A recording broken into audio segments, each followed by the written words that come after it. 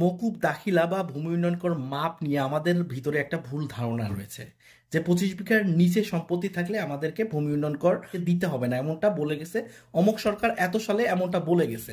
এই ভুল ধারণা নিয়ে আমরা অনেকেই কিন্তু বাস করতেছি, যার ফলে আমাদের কিন্তু প্রবলেম হচ্ছে।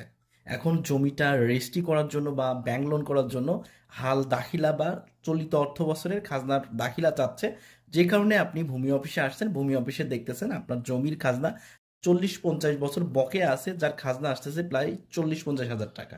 আসলে খাজনা মওকুফ বলে কিছু নেই। আপনি যদি মওকুফের আওতায় থাকেন তাহলে আপনাকে খতিয়ান প্রতি 10 টাকা করে খাজনা হলো আপনাকে, প্রতি খতিয়ানে 10 টাকা করে হলেও আপনাকে দিতে হবে।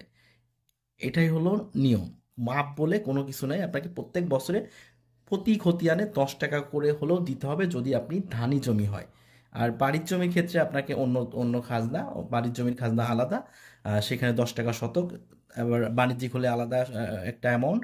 তো এটা নিয়ে যদি ভিডিও চান তাহলে আপনাকে কমেন্ট বক্সে কমেন্ট করে জানাবেন, নেক্সট ভিডিওতে জানাই দিব, ইনশাল্লাহ জানানোর চেষ্টা করবো। ভিডিওটা শেয়ার করে দিবেন এবং এরকম ভিডিও পেতে পেজটিকে ফলো দিয়ে রাখতে পারেন। ধন্যবাদ, আসসালামু আলাইকুম।